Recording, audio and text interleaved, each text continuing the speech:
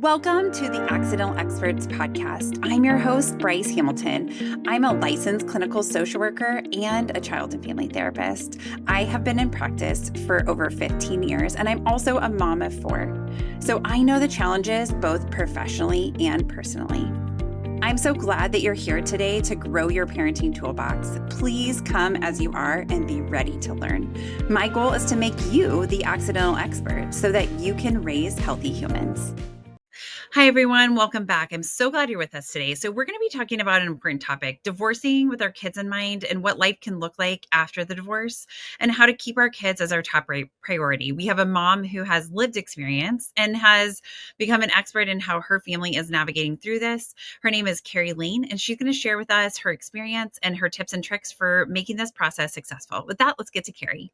Thank you for having me on. Yeah, so this is such an important topic. And I think something that we go into getting married to imagine that we're going to stay married forever, right? Yeah. And when we bring kids into the mix, especially. So we're never prepared, I don't think, for co-parenting when we are not together with the person that we were with and raising kids with. And so it can be really hard. So I appreciate you being here to talk about your experience. Yeah, of course. Absolutely. I hope it helps somebody. Yeah. Okay. So let's start with talking about, so we use this phrase a lot in therapy, but I think in the world of co-parenting. And tell me, what are your thoughts about how cooperative parenting or co-parenting is different than just like getting along? What do you think that really means? So interesting, because one of the things that I had to learn is there's multiple ways and types of co-parenting. And I think it also ebbs and flows in phases. One of the things that I learned in the beginning was as we were establishing what it meant to be divorced, moving into what I would call like the next phase, which is you start seeing the person as the kid's parent. You stop seeing them as your ex or the one that hurt you or you hurt or whatever it may be. And that phase is where we would go through what I would call more parallel parenting, where you're establishing boundaries, you're trying to figure out new norms and communications, old patterns of ways that you would assert certain communication styles and things like that. You have to rewire all of that.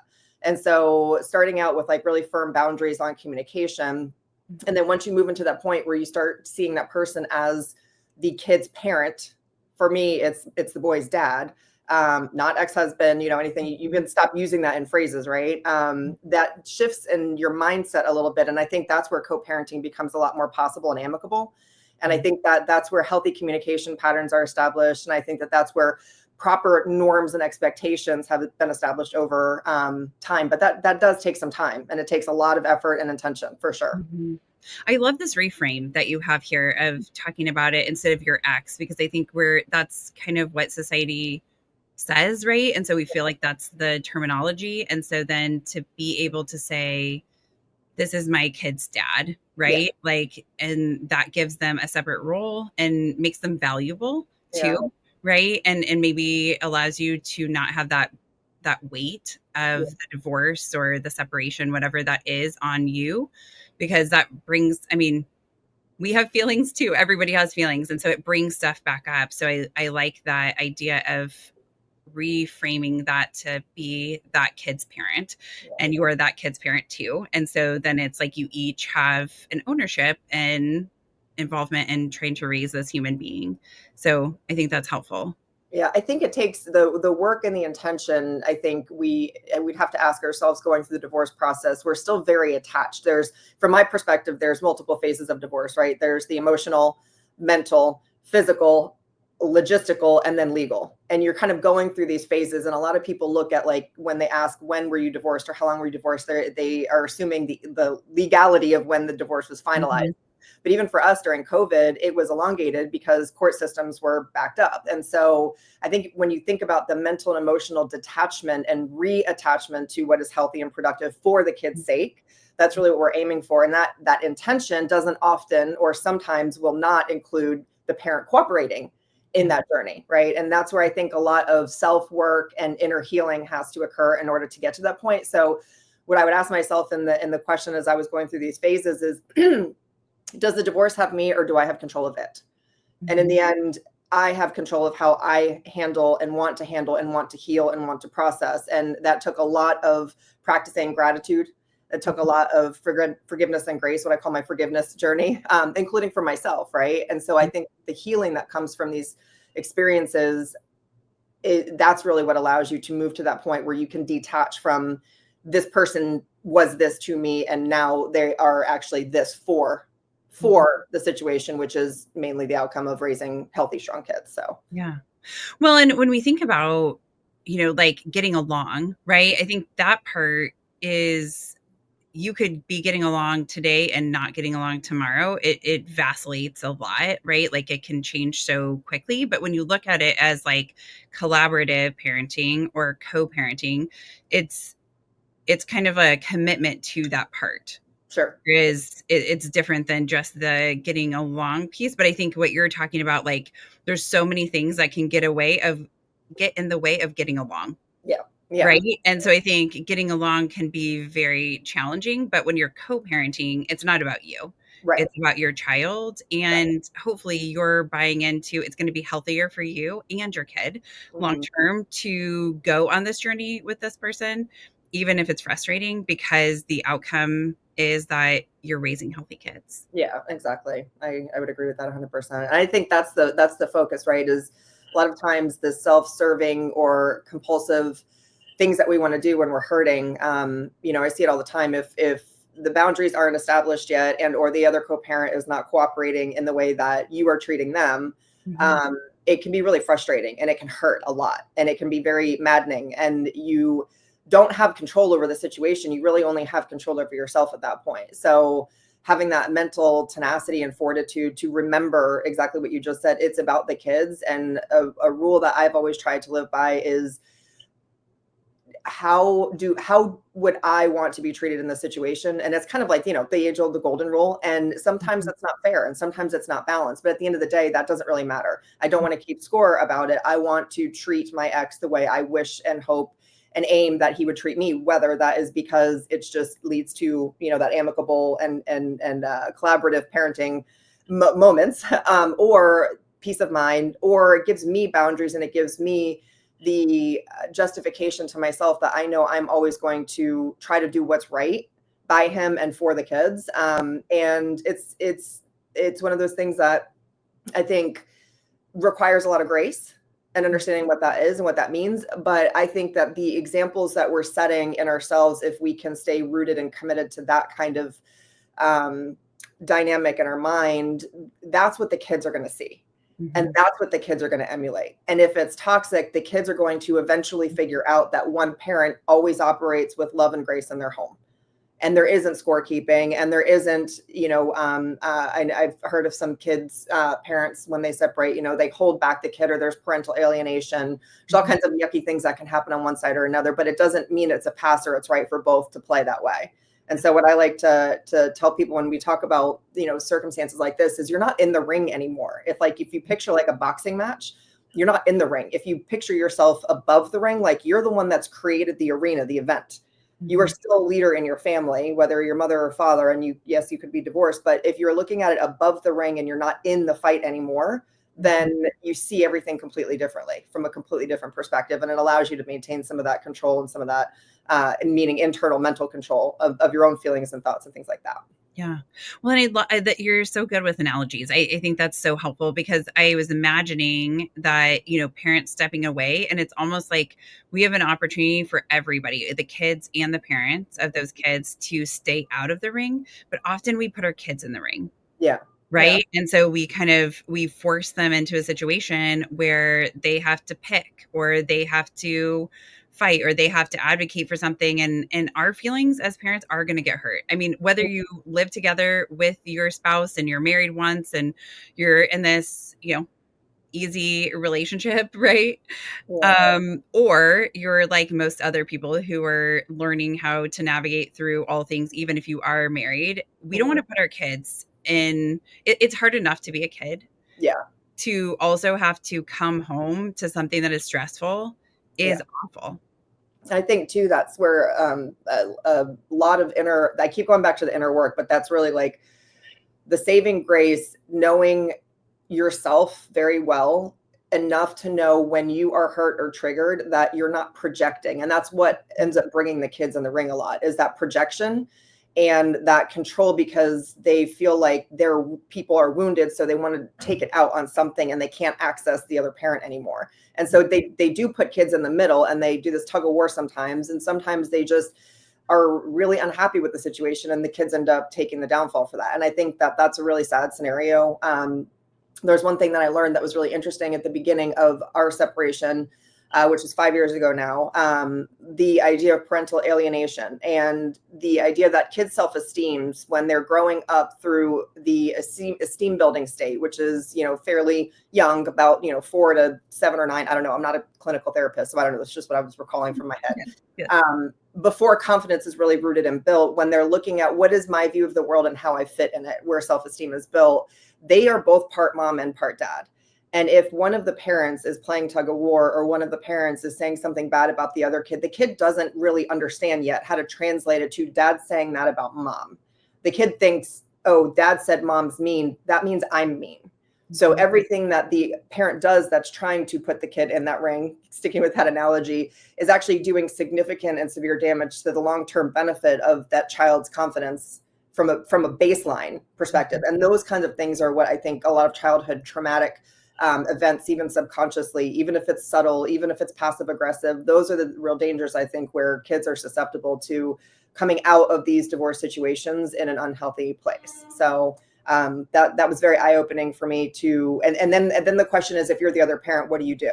Right. And I think that was also where I learned the next theory at that time, which was being the double down parent. If you're the parent that knows how to give more love, show more peace, show more grace, show more forgiveness, you just double down on being the one that does that in absence of the other parent being capable to or choosing to. And that is your role. Mm-hmm. Yeah.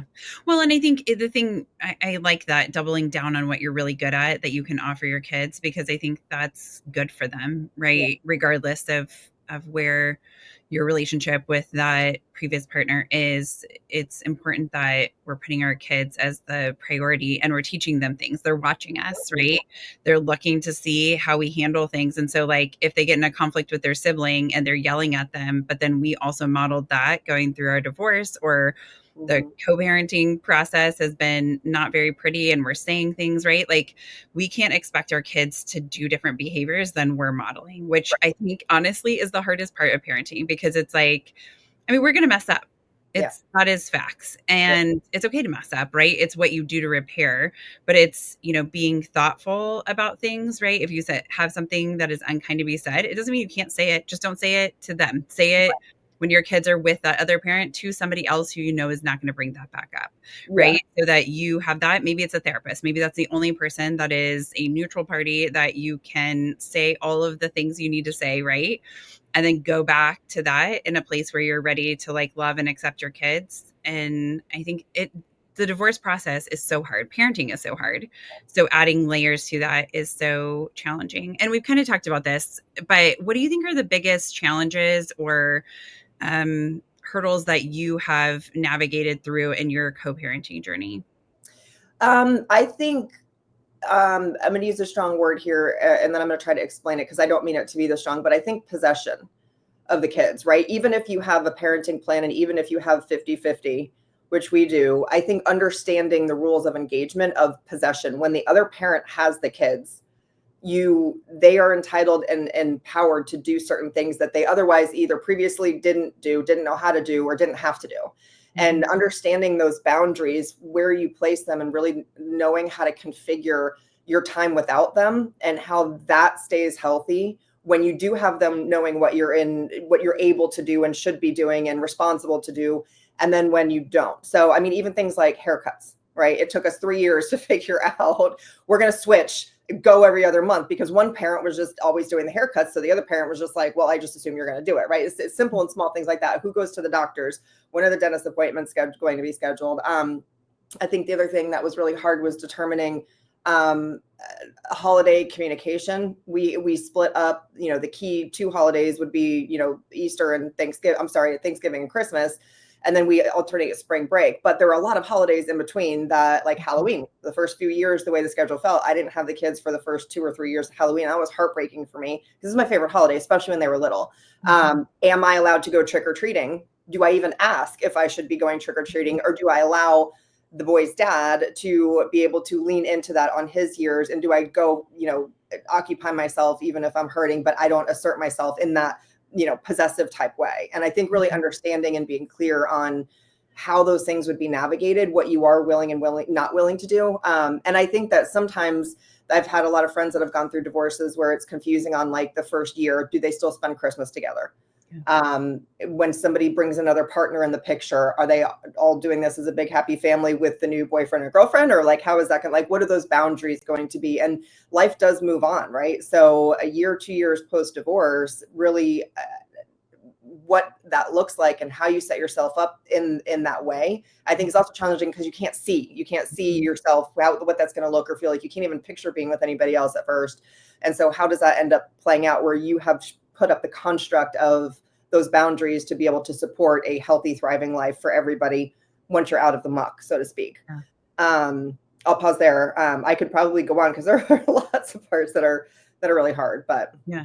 Well, I like hearing this, but let me say something to this dividing holidays and integrating all the things, because I think this is something that comes up in my office a lot when families are going through divorces. They will say, like, we're going to spend Christmas together, for instance, or, we're going to do Passover together, Rosh Hashanah, or we're going to do Easter, whatever, or the kids' birthdays. That's also a really big one. Excuse me. And my recommendation is when we're adjusting, it's easier for kids to adjust all the way, right? We can dial it all the way up to being the most change, and then we could come back and adjust something.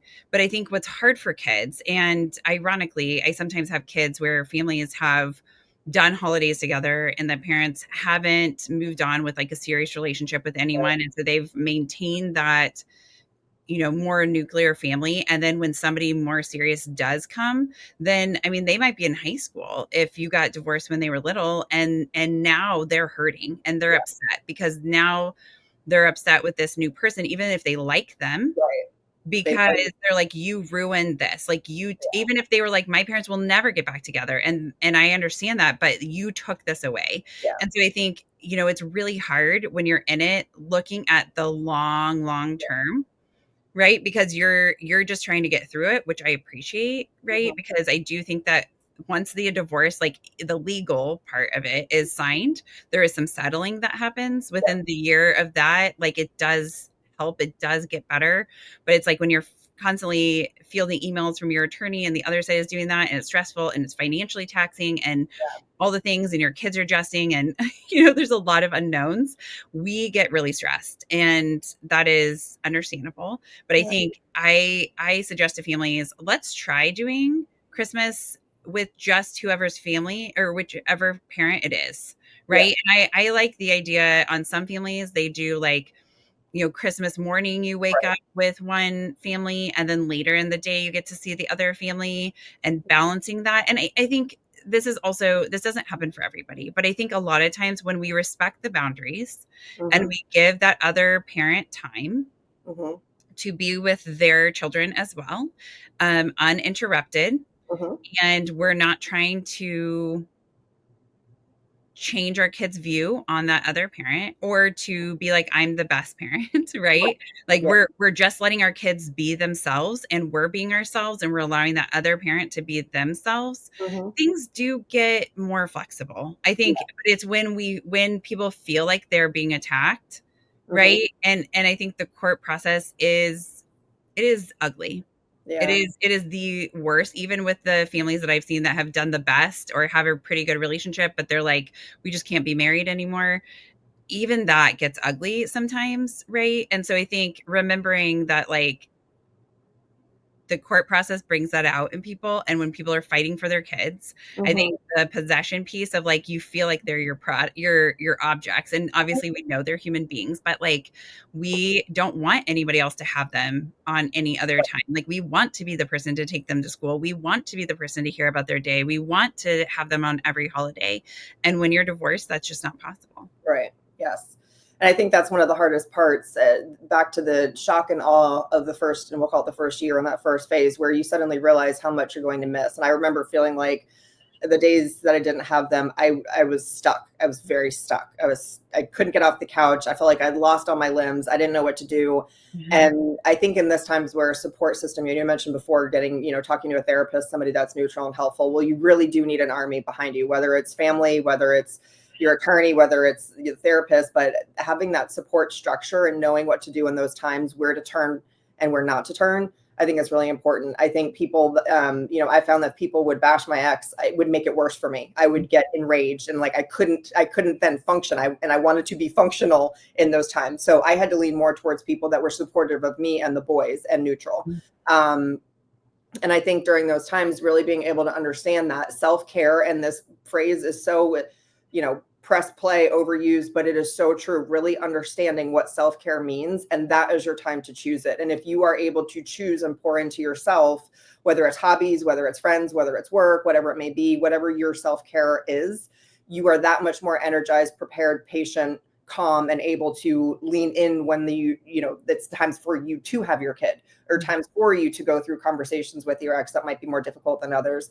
And honestly, that's something that I wish more people talked about when people were married, right? Like, how many times did we not get a babysitter and not go out to the thing because we were both home? Or, then all of a sudden you're divorced and you're free to do these things. And you're like, gosh, like, we should have just decided this. Not that it would have saved or changed or made anything different, but you just don't realize how much you lose yourself along the way in marriage sometimes too. Yeah. So I think reclaiming that and using that off time for you time is really, really one of the keys of getting through that period as well. Mm-hmm. Yeah. Which at first is really hard to imagine pouring into yourself, right? But you don't have those other humans to be taken care of in those hours, right? Or those days, or however your schedule looks, that you can do something just for you. Yeah. Right. Even if that means watching a show you wouldn't normally watch, or it might be taking a class you wouldn't have taken, or whatever it is, spending time with your friends, right? Like, there's a lot of healthy ways that you can take a vacation, right? Like, sometimes it's like enough time with those like 2-2-5 schedules, right? Where, it's like you have 5 days and they're with the other parent. Like, that would be a great time to also just like take a road trip or a trip with friends or whatever. And it's hard to think about in those moments, especially at the beginning, because you are adjusting and it's really hard.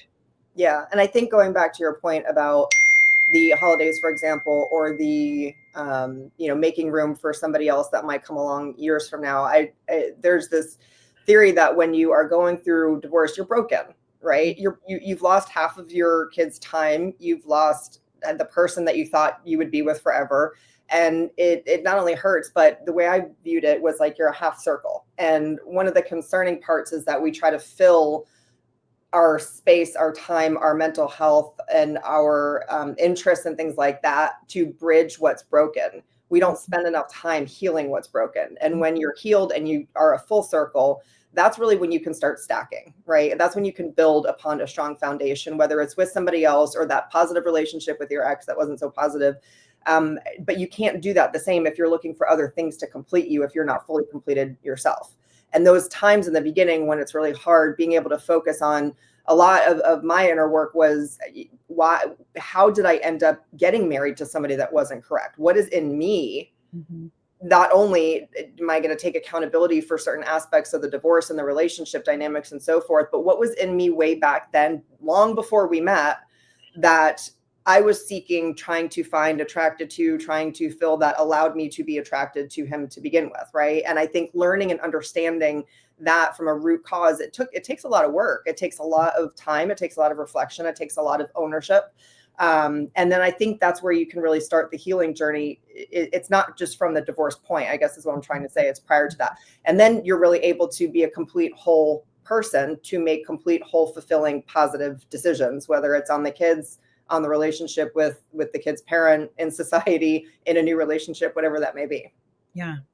So how did you, were there specific tools that you used to help with your well-being and those like emotionally charged moments that you like are focusing on? I think both your well-being and the child's well-being, right? Like both of that piece in those like very emotionally charged moments, whether it was like early in the divorce or through, there are emotionally charged moments that we can all have every week, right? So I think whether you're in the beginning stages of divorce, or, in a more consistent part of having been divorced?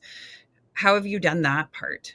Yeah, I think it's interesting. When I first got divorced, I thought I was the only one. Like, I didn't know anybody that was divorced. And Mhm. maybe people had been remarried, but nobody was in the same phase, right? Mhm. And so I had friends that had been through it that I leaned on a little bit more so I could get wisdom and experience so I could figure out what to expect. I'm somebody that, as finds things more comfortable to go through if I can see the outcome. Yeah. So I knew that I had a healthy example from my parents being divorced. They were great friends, as were my step parents. And so I say I was raised by 4 parents. We would do birthdays together and family vacations. I don't know when that started or how hard that was for them. Mhm. But I always felt like I had a great example of what I wanted to demonstrate and show. My ex's parents are still married, so he has a different perspective on it. And that's where I started to realize our perspectives in divorce are not going to be the same. They weren't the same when we were married, so they're certainly not going to be the same on the back end of Mhm. divorce. So Right. I wanted to find healthy examples of people. So leaning into friendships. I spent a lot of time, and this sounds kind of silly, but I remember spending a lot of time in isolation and not feeling that motivated to want to at first go out with friends and talk about things. I felt like I was more very private about the first couple of hard phases. And so I leaned in on podcasts and Pinterest. Pinterest was great for me to understand very quick, healthy blurbs. And then it builds this algorithm. So I would go in and it became like a little mini therapist in a pocket. Yeah. And so, being able to navigate just the heartache or the messages of healing, or seeing certain examples of what to reframe when it came to a certain circumstance with the kids. Yeah. And then diving into podcasts. Obviously, I have a therapist. I had a therapist, had the same therapist throughout the entire thing. And so that has been very helpful. The other thing I would say from a tools perspective is figuring out one form and mode of communication. I remember, especially in the beginning, when you're trying to heal and you have your these times where you're figuring it out, the trigger point of seeing the person's name on your phone or in your email or in your Instagram messages or LinkedIn or whatever your mode of contact is, when there's 4 or 5 different ways to reach you Mhm. and you're trying to focus on healing, those messages can come up at any point, anytime, and trigger and just pull you right back to where you were before. And Mhm. so I think establishing clear boundaries on one mode of communication, we choose to use the Talking Parents app. And that enables me to decide when I go in, and I check it once a day. And if we're going through, a certain dialogue about, soccer registration or something, obviously I'm going to have more than that. But I don't think either of us want to be able to have full open access to interrupt the other person in whatever they're doing, whether they're with the kids or without the kids. And Yeah. so that was very helpful for us to understand how to really channel it and how to also heal without being triggered from drop-in communications, so to Yeah. speak. So Yeah. Yeah. I think you alluded earlier, talked about boundaries and how important that is. I think, that we don't think about that part. And, I think, I'm sure you guys have like a policy if there's like something emergent yeah, that they yeah, could call, right? Like if that makes sense. But I think, controlling that piece to feel like in a situation that you feel like you have very little power or control, just having a little bit feels mhm, good. Like I'm going to check my messages in the morning, or mhm, I'm going to check them at lunch, or whatever it is. And obviously that's again non-urgent communication. So it is things like soccer registration or a field trip thing yeah, or whatever it is, right? Like those are things that don't have to be urgently attended to. And so they're just logistical things. And I think that part keeps it um above the waist, yeah, right? We say below the belt, right? Like this is just like keeping it like in that place where it's like you'd want your kids to read the messages that you're sending to your yeah, partner. Of course, you would exactly, never show them the messages that you're sending, right? Like, but it's just that you would be proud of what you're saying and you're sending stuff. And so, like, when you're putting it in the app too, of like, I like that you use Chat GPT or some AI platform to kind of shift something, because we can look at this from an emotional standpoint or you can look at this from a business standpoint, yeah, right? Like I think when we are in business, things are far less emotional because it's just it's business, yeah, right? Like it's not personal. And but I think, obviously getting divorced is personal.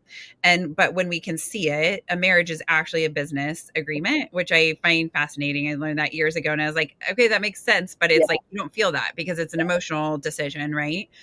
And so when you're getting divorced, obviously separating companies would be somewhat hard, and you're going to need a mediator, somebody in between, to kind of pull those things apart to see where things go and what that looks like. And I think as much as we can keep this as facts Yeah. versus feelings, it's Yep. going to make it easier on you and your kids. And I'm not saying that's easy, because I know that that is very hard to not drop into that emotional place, but it's also so helpful for us in the healing part of like being able to figure out what our new normal looks like. The longer we stay in the feelings part, the longer that takes to find. Yeah, I think, and as far as tools are concerned, I think tools for the kids, one of the things that was really helpful for me, to your point about facts versus feelings, which I want to touch on that in a second, is a parental philosophy that I chose to take on at the time of emotion coaching. And so when you can identify what your feelings are and why you're feeling them faster, you're able to process through them. And I think that's what the Chat GPT reflection and communication helped me do. It helped me come above the ring, and it helped me see it for what it is. But it also gave me if I was a person that wasn't hurting or feeling this thing, how would I respond if it was, to your point, a business, right? And so I was able to see an example of what that look and felt like. And I was like, wow, that feels nice. That feels right. I'm still getting a point across, but it's respectful. And it takes all these things that are happening in here. And I think in the beginning, you don't know how to identify what those things are. And so tools for the kids in their coping and healing and processing, for me, was helping them identify from a very early age how to see what you're feeling, sit with it, understand what it is and why, and then what to do about it. So almost like an emotional wheel. And if it was anger, we did these things. If it was sadness, we did these things. And allowing them the ability to really talk about that and not fix it for them. Because as an adult, especially going through situations like this, nobody's fixing it for you. You are accountable and responsible for your own outcome in this. And so fixing it, knowing how to do that yourself, is a skill that I wish, parents and of my generation knew better. My mom says that all the time. She's watched us go through this process, and she's like, I didn't have the same tools and support and wherewithal. And so I think being able to teach your kids, never speaking a bad word about the other parent, that's my philosophy. Those kids will identify and tell me and share and express what they need and feel and that they want to. And my hope is that the emotion coaching enables them to do that. With that said, back to the fact versus feelings, I think that's one thing that we did also talk about early on. And I think it helps not only with divorce, but I think it helps with teasing in school. And I think it helps with peer pressure later on. But ultimately, what is fact and what is opinion? And I went through this exercise with them. Like, is my car black or white? It's white. Okay. Is the sky blue or purple? Okay. It's blue. What do you like to eat for dinner? Pizza or macaroni and cheese? One of you likes pizza. One of you likes mac and cheese. The first category, those are all facts. What you choose to like for dinner is an opinion, and you're allowed to have your own opinion. And then I would go through this exercise of, if your brother tried to convince you to like pizza instead of macaroni and cheese, would that work? No. Why? Because your opinions are your own. You're entitled to them. You can own them. And then here is, that's where a lot of the feelings come from. But then here's where the set of facts needs to also be recognized and realized. And once you can decipher between the two, you know what to do with the feelings that come up around certain opinions and where they're placed. And I also liken it to dresser drawers. Like, every drawer has its own category. And if you throw all your clothes and drawers all over the place and they're messy, you can't access your laundry, right? So having a very clear distinction on where these feelings belong and what to do when they show up is really important. And that was a big tool that I used with the kids at that time too. Yeah. Well, and I think I would also say, like, a lot of times kids will bring up the same feelings that we're feeling. Like, they might be like, I'm really frustrated with the other parent, right? And your job is to be like, I hear that you're really frustrated. Like, what can I do to help? Right. Or like, how can I support you? Or what's causing that to feel that way? But not to say I felt that way too. Yeah. Or that parent makes me feel like that too. I get that we want to, and we feel like we're empathizing. But I think when we're wanting to have this collaborative, positive experience with that other person, that is not the right time to emphasize that feeling, right? To parallel that what they're going through. And I mean, you can say like, I've had that feeling too, right? But not about the other person, right? Like, you don't have to explain. Like, I can understand, like, being frustrated is hard. Like, sometimes I feel frustrated at work. Sometimes I feel frustrated with you and your siblings. Like, right? Like, that's okay. But it's that we don't want to then align so greatly that we are kind of in the same story per se. Like, this is their experience, and then we have our experience, and those things need to be separate. But I think emotions are so important. Yeah, and I think the big feelings, like the adult feelings, the adult decisions, the adult type conversations, that's another one that the kids during a divorce, whether it's a recent process or not, they never need to be burdened with. And I see that a lot too, where one of the parents will end up putting those decisions on, who do you want to take, to the doctor or whatever. It's like, that's not the kid's decision. It sounds really simple, but it's a small form of manipulation, and it's really hard to stay focused on the fact that like adults struggle with these big feelings. And so why would we ever want to place them on the kids, and expect that they bear the responsibility of deciding or picking or choosing? And I see in so many situations that ends up happening. I think that's also where the clear boundaries are set. Like the kids knowing when they're at mom's house or when they're at dad's house, they're all in. And it's not to say you can't have communication, but it's like dad's rules might be different than mom's rules for bedtime. But when you're there, it helps them settle in once they know what to expect in each environment. And interruption, disruption, layering on the feelings, asking the kids to choose certain things or certain outcomes. I mean, that's where I think it gets also really hard. And so to your point, staying in a place where you're able to responsibly deal with them at an adult level is really key. Yeah. I think in that I was thinking the words like, this is an adult size thing. We'll take care of it. Or don't worry, dad and I have this. Or don't worry, mom and I have this. Like, we'll get this figured out. Right. And to not give them space that they even have to worry about it. Right. Like who's taking them on that field trip, or if somebody's volunteering, or who's doing that soccer practice or whatever, something changes, it's like, the grownups are going to get this figured out. And then we'll let you know so that you can still stay being a kid, because I think that's such an important piece too, of like we allowing our kids to stay kids and not having to move into this adult world. Yeah. And I think this is one way we can protect them. Yeah. And I think too that leads into, coping. And my therapist at one point said something about the family that hurts together heals together. And so I thought at first I had to be very stoic and refined and like never show them emotion about it, because I didn't want them to carry it. But I think there was a certain point where hiding them and being mechanical about it is also not real and natural either. And so there's this healthy balance of like, I'm not going to offload my emotions onto my kids, but if I happen to be having a moment when I'm cooking dinner and I'm tearing up about something, being able to hold them and hug them and say, mommy's feeling really sad right now. Right. And here's how I handle it when I'm really sad. But if it's about the other parent, it's not like, well, your dad did this, and so now I'm sad. Right. So I think there's a distinction of being able to protect them, but also show and lead them through their own emotional process of it. I think that there's like, the process of holding space for these feelings to occur, talking about moving on. I think that also helps them in the process, because we often also think that co-parenting ends at 18. It doesn't. These kids are going to get married. They're going to have babies. You're going to have grandkids. That other parent is still going to be around, and you may not have to be making day-to-day or week-to-week, legal decisions around them as much anymore. But the relationships that you create with them now, while you do have that, is what's going to sustain healthy relationships and dynamics as they grow up beyond 18 too. So, well, and even when you're 25, you don't want to be put in the middle of your parents' stuff, right? Like you're getting married, right? You don't want to be like, oh, we have to sit, mom here and dad here because they can't even be in the same room, or I don't know, right? Like I think, remembering that this isn't about you, right? Like getting divorced, getting married was never about your kids.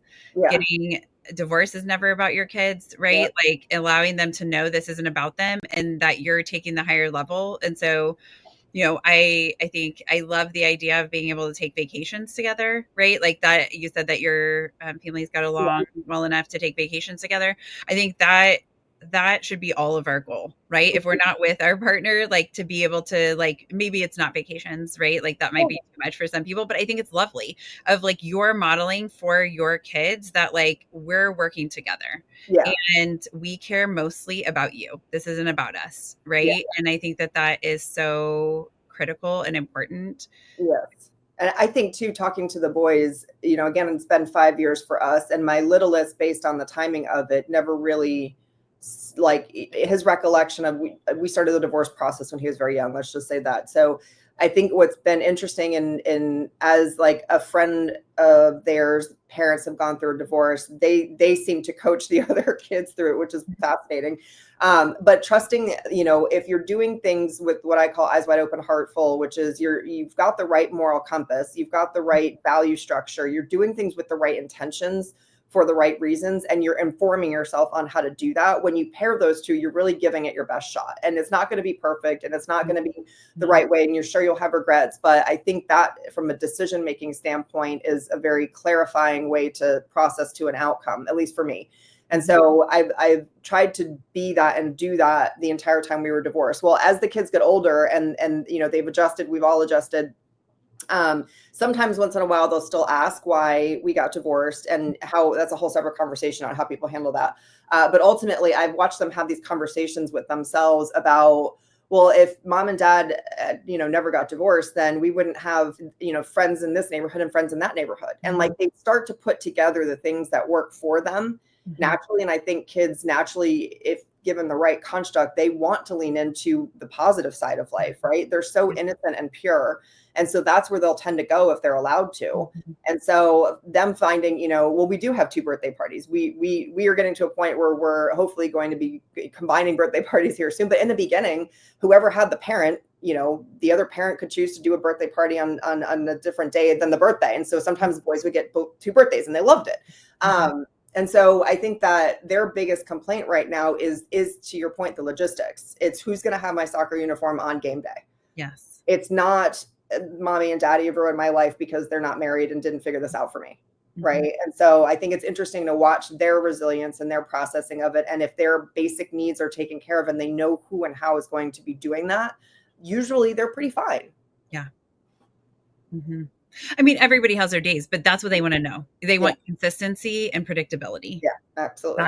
That's what they're demanding from us. And kids are so resilient. I mean, I think exactly with the right formula, right? Of like, we're coming to this for their benefit. The other person's coming for the kid's benefit. And it might look very, very new to us when we're doing it at the beginning, right? Like, and it will be new, right? And so, and you can say that. I think you can say like, we're figuring this out, right? It's not, we haven't perfected this yet, but we will get there. Like, our goal is to do this or whatever. And, like if you make a mistake and you say something, quickly fix it, right? Repair that and say, I didn't mean to say that, or I shouldn't have said that, or let me take a breath and then we're going to come back and handle this or whatever, and that you're learning too. So, I mean, as we've kind of alluded to new people coming into our kids' lives as we're divorcing, right? That new partner dynamic can be really hard. What do you feel like in your family that has helped to ease that transition? I think as hard as it might be for some people to see, I think exactly what you said before stands true here too. It's not about you. Like, it's not like my ex recently just got married and recently brought a half brother into the world for my 2 boys. That's not about me, right? I adore her, and I think that having her in their life gives them more avenues for love. And I think that being open-minded to everybody moving on and being supportive of it for the kids is really what it comes down to. I want them to be able to see healthy, loving examples.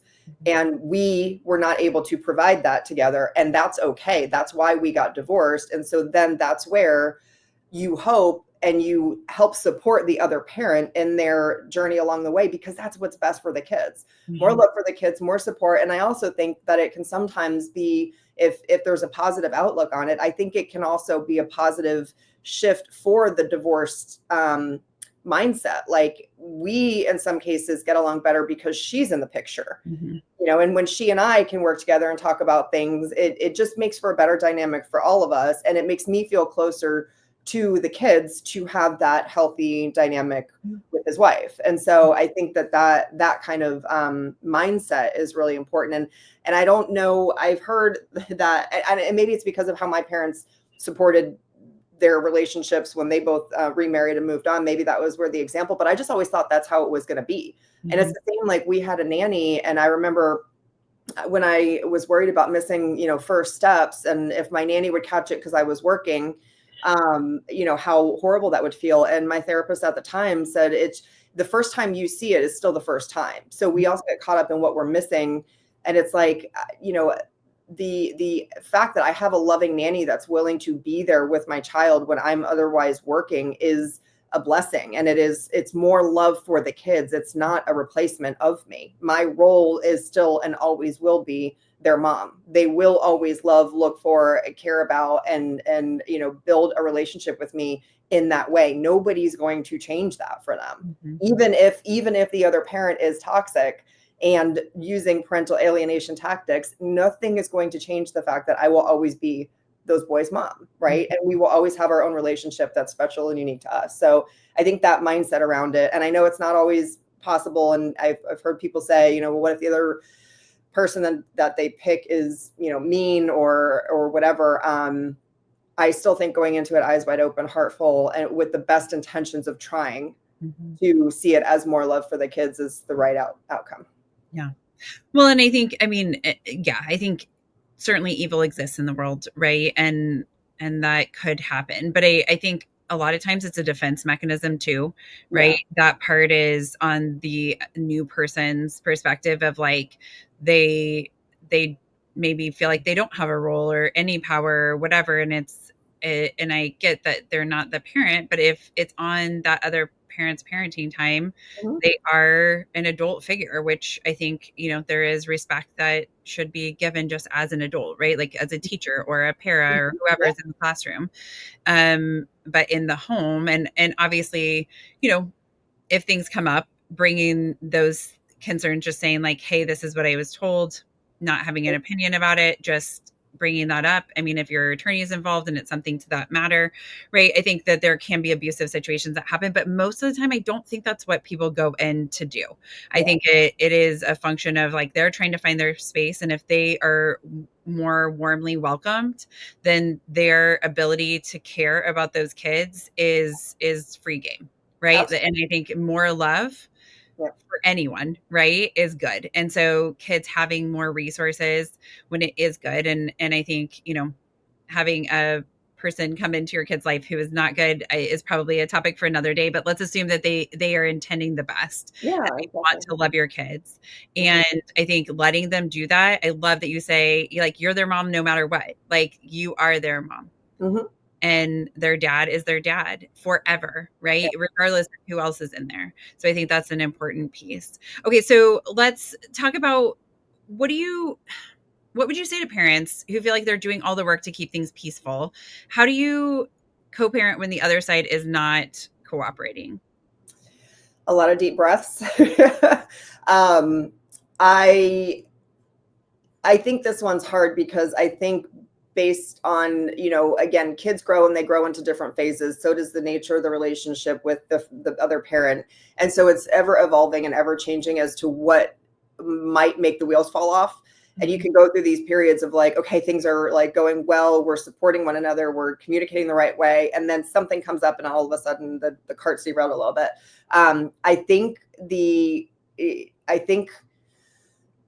going back to the basics, and I hate to sound repetitive, but it really is remembering what you were good at when the communication was strong. Why was it strong? And how do you pull that back? If one person is angry about something or fighting about something or feeling left out or they're missing a part of it, how do you get back to the root of whatever made the cart stay on the track to begin with? And if it was time, if it was patience, if it was walking away and literally taking deep breaths, if it was going back to talking on the legal app so you can feel like you're documenting something the right way, whatever it may be, just go back to what was working. And I think that the other thing that this part requires is a lot of patience, because especially when you don't have the kids, at least if we get knocked off the rails, I start to feel very anxious and I start to want to fix it because I want it to be better, but I'm also more hyper focused on it because I don't have the kids. And so I think that pressing it or putting time pressure on things to be resolved faster is something that doesn't work, right? So remembering like to be patient with it and that the kids will come back in a few days and that it will all be sorted out somehow in the end. And sometimes just that ability to step away and get like some separation from the situation allows both people to come back in a more positive, cooperative mindset. But I also think that disassociation is still a big part of it, the same way that it was through the divorce. It's something I've been able to see certain trends of, like, if our communication goes a certain way, I can tell either something's going on that side with work, or somebody's sick, or like I've been able to start to figure out the patterns of, like, okay, something's not settling there. That's why this tone is coming out here. And that's not me. Right. He's not trying to be mean to me or be, angry or upset with me right now. So let that settle and try again to resolve whatever we're trying to resolve tomorrow or the next day. And I think that disassociation part is also really key to being able to just see the bigger picture, and not having the incessant need to fix it right now. And that usually exacerbates some of those more challenging times. I don't know if that answers the question. But. Yeah, no, I think, yes, going back to the basics is so important, right? Like, what did work? I say that in parenting a lot. So it makes sense that is a great strategy to be using when you're going through this divorce process. And I think divorce lasts a lifetime, right? Most people who get divorced stay divorced. And so whether they marry somebody else, like, you're still navigating through, because you've never raised a kid at this age with this person in this dynamic. And so it's okay that you have to go back to the basics. It doesn't mean you failed. It's just that, you got off the track somehow, right? And we can get back. I think that's the important piece of, like, if things were good, even with that partner when you were married, and yes, you're divorced now, but you're able to communicate at times, and that means that those skills are there, right? We can't access them. We just have to find the right boundaries and the right ways to make that happen. Yeah. And I think too, to your point earlier about if you have to vent or if you need a sanity check, that support system or that therapist or, whatever those tools are to be able to get mental clarity, I think, lean on those as well too. And the one thing that I learned that I think was also really hard in the beginning to grasp, and not from a control freak perspective, because I think every parent goes through this, so you can't control what happens 50% of the time anymore. And so letting go of the need, like, I remember the first time I heard that there was going to be a birthday party planned on that side. And I was the one that always did that. So I'm like, but it has to have this, and don't forget that. At the end of the day, it's a birthday party. And at the end of the day, he was going to throw him a great birthday party anyway. And this sounds like a very, simplistic example of what you can and can't control. Because I recognize there's more severe things like health issues and things like that could be more substantial.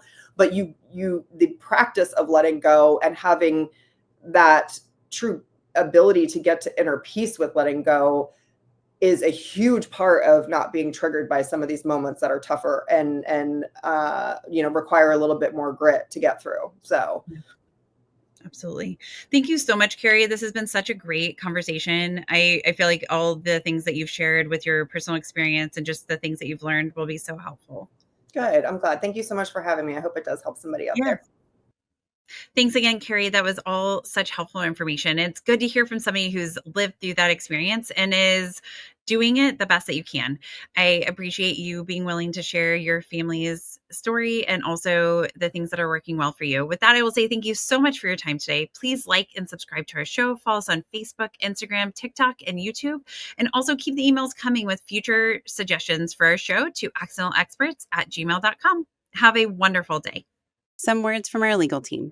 The information presented in this podcast is not intended or implied to be a substitute for appropriate professional advice, diagnosis, or treatment. All content, including text, graphics, images, and information contained on or available through this podcast, is for general information purposes only. This podcast makes no representations and assumes no responsibility for the accuracy or information on or available through this podcast, and such information is subject to change without notice. You are encouraged to confirm any information obtained through this program with other sources and review all information regarding any condition or treatment with the appropriate professionals. What we're saying is, yes, I am a real therapist, but I'm not your therapist.